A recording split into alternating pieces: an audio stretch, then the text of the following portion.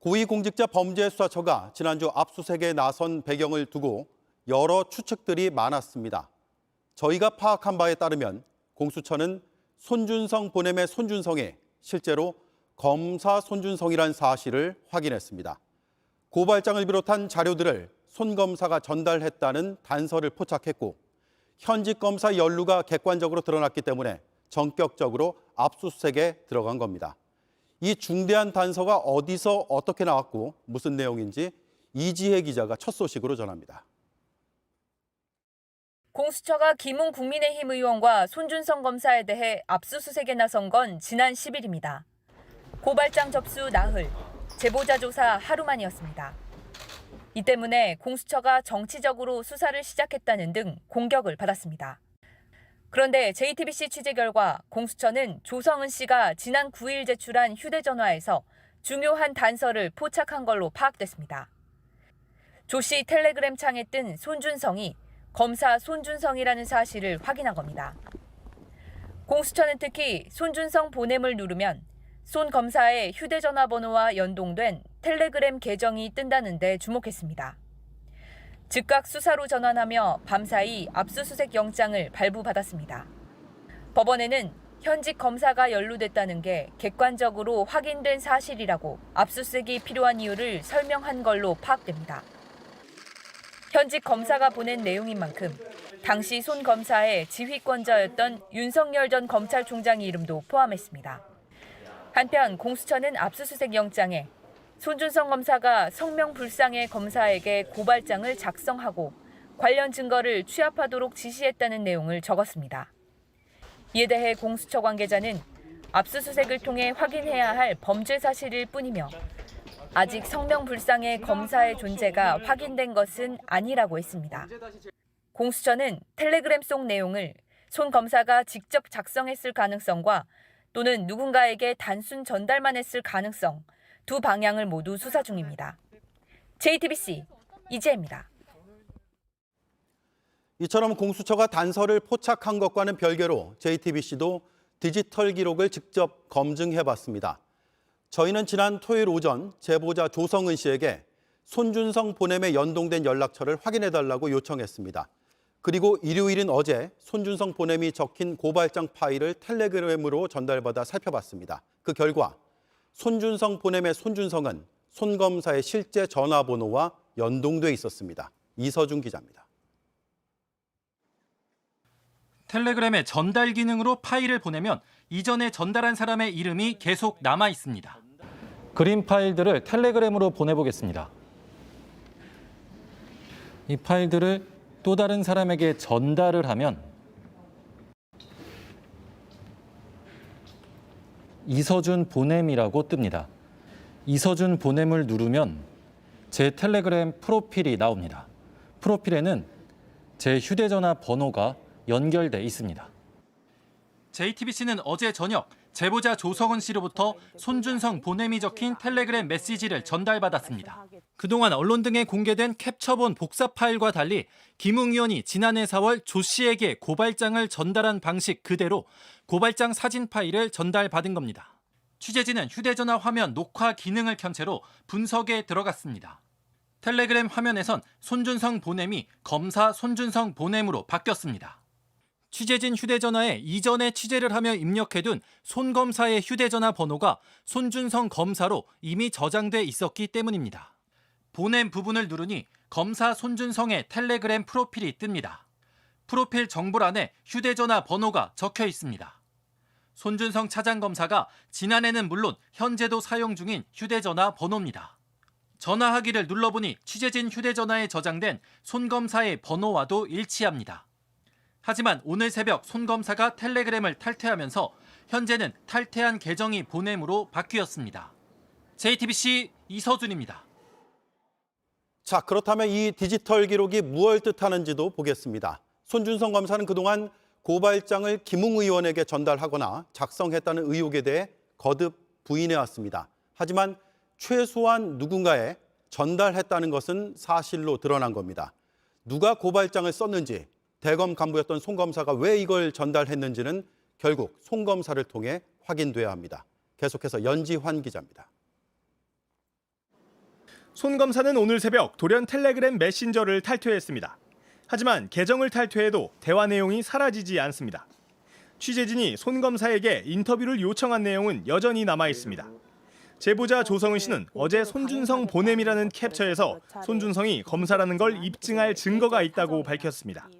메신저 특성상 파일 전달을 거듭해도 전달자를 계속 확인할 수 있기 때문에 손 검사가 탈퇴한 걸로 보입니다. 손 검사는 그동안 고발 사주 의혹에 대해 줄곧 부인해왔습니다. 고발장을 작성하거나 김웅 의원에게 보냈다는 의혹은 전혀 사실이 아니라며 강력한 법적 조치를 취하겠다고 밝혔습니다. 지난 9일 대구 고검 앞에서 JTBC 취재진을 만났을 때에도 고발장을 작성한 바가 없다고 했습니다.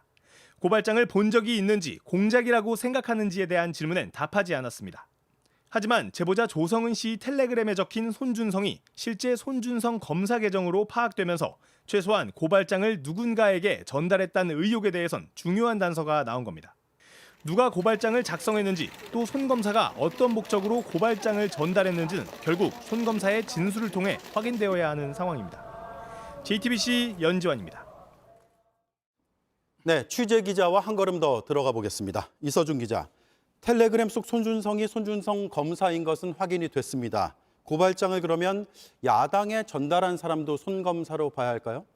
일단 정확히 말씀드리면 이 야당에 전달하는 데 관여했다 이렇게 단정하기는 좀 어렵습니다. 하지만 이 손준성 당시 대검 수사정보정책관이 이 100장 남짓이나 되는 고발장 사진과 증거물 사진들을 텔레그램으로 누군가에게 보내긴 했다. 네. 이 부분만큼은 명확해졌다고 할 수 있습니다. 예. 손 검사의 그동안의 해명을 보면 고발장을 작성한 적도 없고 보낸 적도 없다라고 하지 않았나요? 근데 손 검사의 입장문을 자세히 보면요. 이 보낸 것 자체를 부인하는 게 아니라 김웅 의원에게 보냈다는 게 전혀 사실이 아니다라고 예. 돼 있습니다. 그러니까 김웅 의원이 아니라 다른 사람에게 전달을 하고 그 사람이 김웅 의원에게 전달했을 가능성도 열려 있는 겁니다. 전달 자체를 부인한 게 아니군요. 예, 그렇습니다. 그래서 손 검사와 김 의원 사이 전달 과정에 만약 여러 명이 있을 수도 있는데요. 손준성 보냄이 찍힌 상태로 계속 전달을 했으면 이 손준성 보냄이 살아있는 상태로 계속 전달돼 왔기 때문입니다. 예. 특히 이 고발장 작성자가 확인돼야 이 고발 사주를 누가 주도하고 지시했는지를 알 수가 있을 텐데 말씀드린 것처럼 현재로서는 손 검사가 누군가에게 고발장 등을 전달했다. 여기까지 확인됐다고 볼 수 있습니다. 예. 자, 그러니까 정리하면 김웅 의원에게 직접 전달했을 수도 있고 누군가를 거쳐서 전달이 됐을 수도 있고 최초에 다른 사람이 전달한 걸 다시 전달했다가 전달됐을 수도 있고 여러 가지 가능성이 열려 있다라는 얘기인데 누군가를 거쳤다고 하더라도 손 검사가 최초 전달자라고 볼 수도 있지 않을까요? 손준성 보냄이 찍힌 채로 전달이 되어 왔기 때문에 시작이 손 검사였을 가능성이 높아 보이기는 합니다. 예. 그런데 텔레그램에는 이 누구누구 보냄, 이 땡땡땡 보냄을 지울 수 있는 기능도 있습니다. 만약에 손 검사 직전의 사람이 그 보냄을 지운 상태로 손 검사에게 보냈을 가능성도 있고요.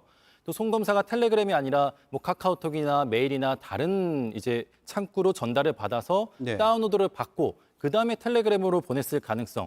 이렇게 하더라도 손준성 보냄이 찍힌 상태로 전달이 되기는 합니다. 네. 그래서 이 부분 모두 공수처 수사를 통해서 명확하게 전달 과정이 밝혀져야 하는 겁니다. 예. 자, 근데 작성 과정과 또 전달 과정이 이게 좀 복잡하기 때문에 수사를 통해서 다 밝혀질 수 있을까가 좀 의문으로 남는데 가능할까요? 일단 손 검사가 전달하기까지, 그러니까 작성되면서 손 검사에게까지, 또 손 검사에서 이 김웅 의원에게 전달하기까지 이 모든 것들을 확인하기 위해서는 두 사람의 휴대전화를 봐야 합니다. 예. 근데 하지만 손 검사의 아이폰은 공수처가 잠금을 풀지 못하고 있는 것으로 알려져 있고요. 그다음에 김웅 의원은 지난해 4월 휴대전화는 갖고 있지 않다고 공개적으로 부인한 바 있습니다. 현재 단계에서 이 휴대전화만으로는 좀 어려울 수 있지 않을까 그렇게 예상이 되고 있습니다. 예. 자, 아이폰이 잠겨 있으면은 열기가 쉽지 않은 걸로 알고 있는데 그러면 휴대전화 외에는 이걸 확인할 길이 없습니까? 두 사람의 컴퓨터가 중요한 변수가 될 것 같습니다. 이 컴퓨터에서 텔레그램을 로그인해서 사용을 해왔다면은 그 텔레그램 아이디로 작성했던, 그러니까 그 텔레그램 아이디로 휴대전화 또 컴퓨터에서 모두 작성했던 기록들을 다 그 컴퓨터에서 추출해낼 수가 있습니다. 휴대전화와 컴퓨터가 연동이 되죠. 예, 맞습니다. 공수처가 이 손 검사와 김 의원의 휴대전화뿐 아니라 이 사용했을 수도 있는 컴퓨터 확보에 주력하고 있는 이유도 이 때문입니다. 예. 자, 그리고 공수처가 윤석열 전 검찰총장 피의자로 입건을 했는데 수사가 어떻게 진행이 되고 있습니까? 말씀드린 것처럼 이 고발 사주를 누가 작성해서 주도했는가가 밝혀진 다음에야 알 수가 있는 부분이긴 한데요. 공수처는 지난주 언론을 통해서는 윤 전 총장이 손 검사의 상급자라서 상관이라서 넣어둔 것이다라고 설명하긴 했습니다. 예. 현재로서는 공수처 수사를 통해서 윤 전 총장과 관련된 내용은 밝혀진 건 없습니다. 네. 자, 대검 간부였던 손준성 검사가 최초든 중간이든 최종이든 전달 과정에 있다는 것은 근거로 드러났습니다. 그런 만큼 매우 부적절하다는 비판일 것으로 보이고요. 큰 문제로 보입니다.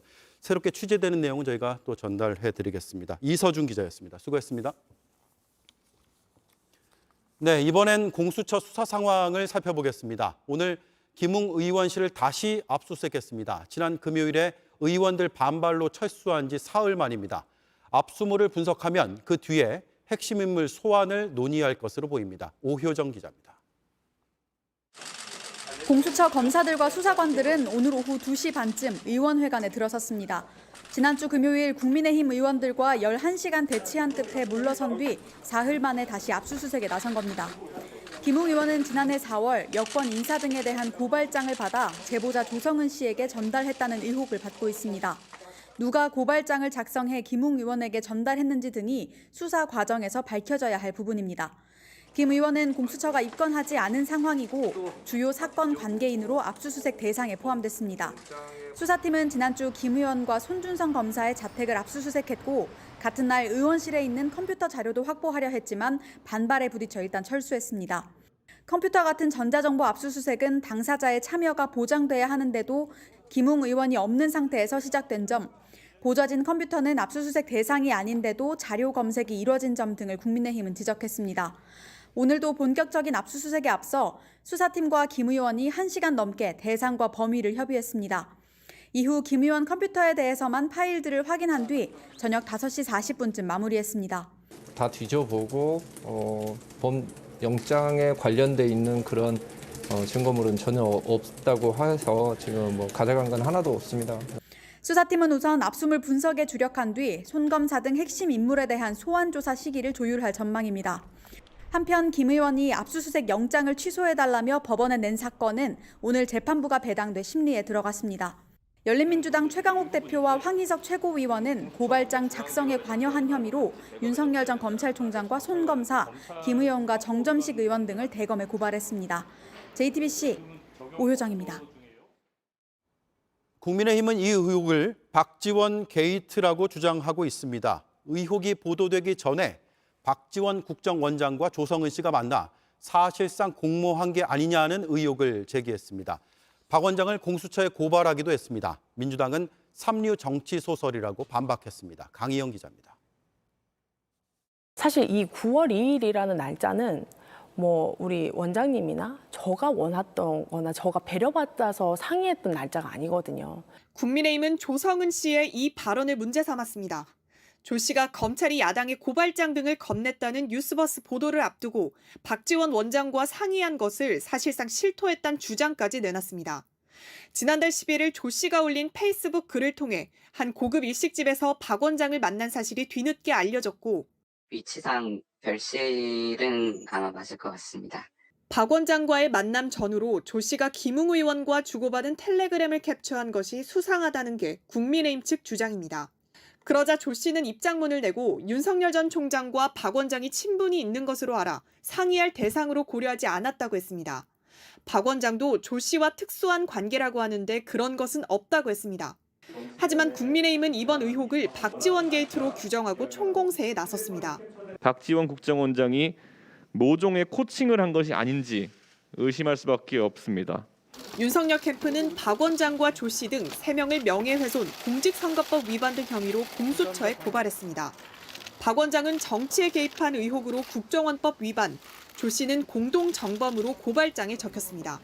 여러분도 다 아시잖아요. 저에 대한 정치 공작을 함께 상의하고 논의했다는 얘기 아닙니까? 민주당 지도부는 지나친 확대 해석이라고 반박했습니다. 식사 자리를 꼬투리 삼아 국정원 개입 운운하는 엉터리 삼류 정치 소설을 쓰고 있습니다. JTBC 강연입니다. 여야 공방은 오늘 국회 대정부 질문으로 옮겨붙었습니다. 박지원 게이트라는 야당을 향해 여당 출신인 김부겸 국무총리까지 직접 방어에 나섰습니다.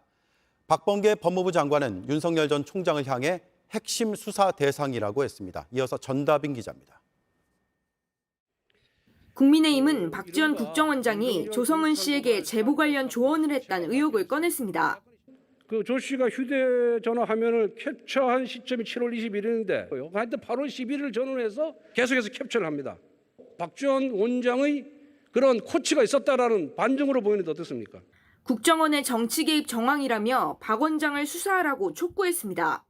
그 박지원 원장이 8월 11일에 식사비를 어느 카드로 결제했는지 이러한 그 공금 유형 여부에 대해서도 조사해야 된다고 생각하는데 어떻게 생각하십니까? 민주당은 물타기라고 반박했습니다. 윤석열 후보는 제보자의 전력을 들먹이며 겁박하더니 이제는 허무맹랑한 국정원장 개입설을 퍼뜨리며 물타기를 시도하고 있습니다.